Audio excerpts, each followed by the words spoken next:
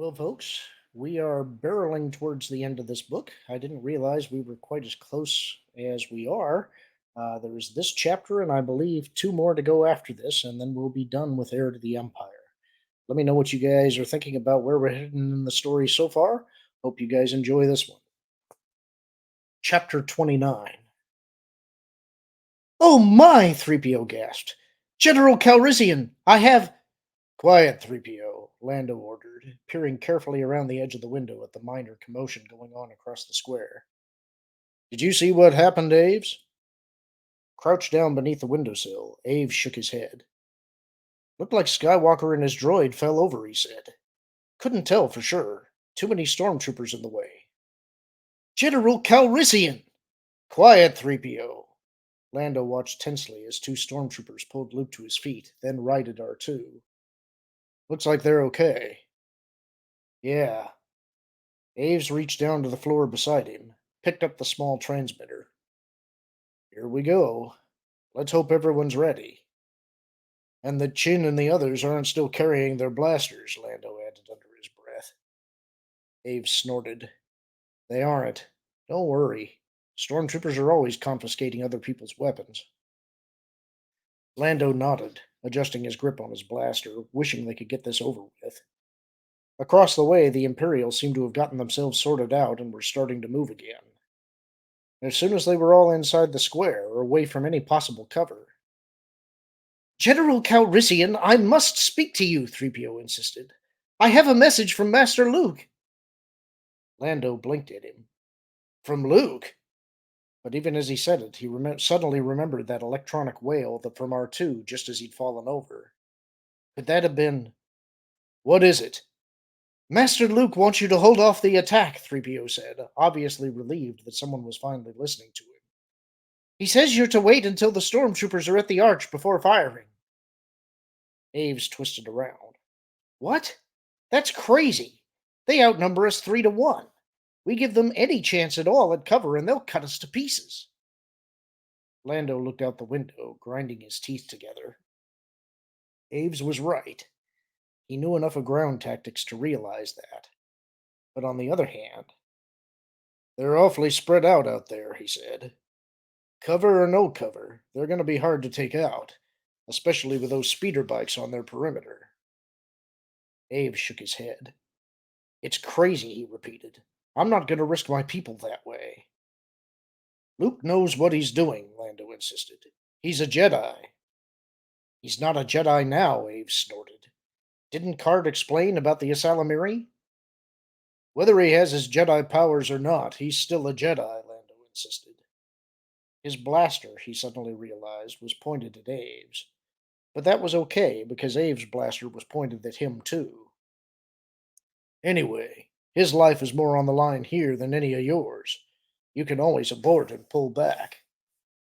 Oh, sure, Abe snorted, throwing a glance out the window. The Imperials were nearing the middle of the square now, Lando saw, the stormtroopers looking wary and alert as anything. Except that if we leave any of them alive, they'll seal off the city. And what about that chariot up there?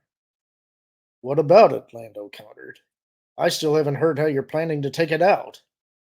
Well, we sure as blazes don't want it on the ground, Aves retorted. And that's what'll happen if we let the stormtroopers get to the arch. The chariot'll put down right across the front of it, right between us and them. That, plus the arch itself, will give them all the cover they need to sit back and take us out at their leisure. He shook his head and shifted his grip on the transmitter. Anyway, it's too late to clue in the others to any plan changes. You don't have to clue them in, Lando said, feeling sweat collecting under his collar. Luke was counting on him. No one's supposed to do anything until you trigger the booby-trapped weapons. Abe shook his head again. It's too risky. He turned back to the window, raised the transmitter. And here, Lando realized, right here, was where it all came down to the wire. Where you decided who or what it was you trusted. Tactics and abstract logic, or people. Lowering his blaster, he gently rested the tip of the muzzle against Abe's neck. We wait, he said quietly. Aves didn't move, but suddenly there was something in the way he crouched there that reminded Lando of a hunting predator. I won't forget this, Calrissian, he said, his voice icy soft. I wouldn't want you to, Lando said. He looked out at the stormtroopers and hoped that Luke did indeed know what he was doing. The vanguard had already passed the archway, and the Major was only a few steps away from it when four of the stormtroopers abruptly blew up. Quite spectacularly, too. The simultaneous flashes of yellow white fire lit up the landscape to almost painful intensity. The thunderclap of the multiple detonations nearly knocked Luke over. The sound was still ringing in his ears when the blasters opened up behind them. The stormtroopers were good, all right. There was no panic that Luke could detect, no sudden freezing in astonishment or indecision. They were moving into combat position almost before the blaster fire had begun, those already at the archway hugging close to the stone pillars to return covering fire, the rest moving quickly to join them. Above the sound of the blasters, he could hear the increased whine of the speeder bikes kicking into high gear.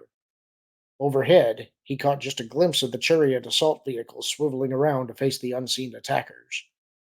And then an armored hand caught him under each armpit, and suddenly he was being hauled towards the archway.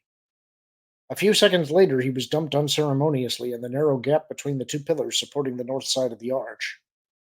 Mara was already crouched there. A second later, two more stormtroopers tossed Han in to join them. Four of the Imperials moved into position over them, using the pillars for cover as they began returning fire. Struggling to his knees, Luke leaned out for a look. Out in the fire zone, looking small and helpless amid the deadly horizontal hail of blaster fire, R2 was rolling toward them as fast as his little wheels would carry him. Think we're in trouble, Han muttered in his ear. Not to mention Lando and the others. It's not over yet, Luke told him tightly. Just stick close. How are you at causing distractions? Terrific, Han said. And to Luke's surprise, he brought his hands out from behind his back, the chain and manacles he'd been wearing hanging loosely from his left wrist. Trick cuffs, he grunted, pulling a concealed strip of metal from the inside of the open cuff and probing at Luke's restraints. I hope this thing. Ah! The pressure on Luke's wrist was suddenly gone. The cuffs opened and dropped to the ground. You ready for your distraction? Han asked, taking the loose end of his chain in his free hand. Hang on a minute, Luke told him, looking up. Most of the speeder bikes had taken refuge under the arch, looking like some strange species of giant birds hiding from a storm as they hovered close to the stone, their laser cannons spitting towards the surrounding houses. In front of them, and just below their line of fire, the chariot had swiveled parallel to the arch and was coming down. Once it was on the ground, a hand gripped Luke's arm, fingernails digging hard into the skin. Whatever you're going to do, do it, Mara hissed viciously. If the chariot gets down, you'll never get them out from cover. I know, Luke nodded. I'm counting on it. The chariot settled smoothly to the ground directly in front of the arch, blocking the last of the attackers' firing vectors. Crouched at the window, Ave swore violently. Well, there's your Jedi for you, he bit out. You got any other great ideas, Calrissian? Lando swallowed hard. We've just got to give him. He never finished the sentence. From the arch, a blaster bolt glanced off the window frame, and suddenly Lando's upper arm flashed with pain. The shock sent him stumbling backwards, just as a second shot blew apart that whole section of the frame, driving wooden splinters and chunks of masonry like shrapnel across his chest and arm. He hit the floor, landing hard enough to see stars. Blinking, gritting his teeth against the pain, he looked up to find Aves leaning over him. Lando looked up into the other's face. I won't forget this, Aves had said, no more than 3 minutes ago. And from the look on his face, he wasn't anticipating any need to hold that memory for much longer. He'll come through, Lando whispered through the pain. He will. But he could tell that Aves wasn't listening. And deep down, Lando couldn't blame him. Lando Calrissian, the professional gambler, had gambled one last time, and he'd lost. And the debt from that gamble, the last in a long line of such debts, had come due. The chariot settled smoothly to the ground directly in front of the arch, and Luke got his feet under him. This was it. All right, Han, he muttered. Go! Han nodded, then surged to his feet, coming up right in the middle of the four stormtroopers standing over them. With a bellow, he swung his former shackles full across the faceplate of the nearest guard, then threw the loop chain around the neck of the next and pulled backwards, away from the pillars. The other two reacted instantly, leaping after him and taking the whole group down in a tangle, and for the next few seconds, Luke was free. He stood up and leaned out to look around the pillar. R2 was still in the middle of no man's land, hurrying to reach cover before he could be hit by a stray shot. He warbled plaintively as he saw Luke. R2! Now! Luke shouted, holding out his hand and glancing across towards the southern end of the archway. Between the stone pillars and the grounded chariot, the stormtroopers were indeed solidly entrenched. If this didn't work, Han was right. Lando and everyone else out there were dead. Gritting his teeth, hoping fervently that his counterattack wasn't already too late, he turned back to R2. Just as, with a flicker of silver metal and perfect accuracy, his lightsaber dropped neatly into his outstretched hand. Beside him, the guards had subdued Han's crazy attack and were getting back to their feet, leaving Han on his knees between them. Luke took them all in a single sweep, the blazing green lightsaber blade slicing through the glistening stormtrooper armor with hardly a tug to mark its passing. "Get behind me!" he snapped to Han and Mara, stepping back to the gap between the two northern pillars and focusing on the massive Imperials standing and crouching between him and the southern pillars. They were suddenly aware that they had an unexpected threat on their flank, and a few were already starting to bring their blasters to bear on him. With the Force to guide his hand, he could have held out against them indefinitely, blocking their blaster shots with his lightsaber. Mara had been right, though. The Asalamiri effect did indeed extend this far outside the forest, and the Force was still silent. But then, he'd never had any intention of fighting the stormtroopers anyway. Turning his back on the blasters tracking towards him, he slashed the lightsaber across and upward, neatly slicing one of the stone pillars in half. There was a loud crack as suddenly released tension sent a shiver through the structure. Another stroke cut through the second pillar, and the noise of the battle was abruptly drowned out by the awful grinding of stone on stone as the two fractured pillars began sliding apart. Luke swung back around, peripherally aware of Han and Mara scrambling out from under the arch to safety behind him. The stormtroopers' expressions were hidden behind their masks, but the look of sudden horror on the Major's face said it all for them. Overhead, the mass of the arch creaked warningly. Setting his teeth, Luke locked the lightsaber on and hurled it across the gap towards the pillars there.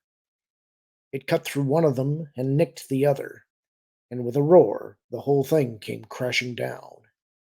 Luke, standing at the edge, barely got out from under it in time. The stormtroopers, crouched in the center, didn't. That's the end of the chapter. Talk to you soon.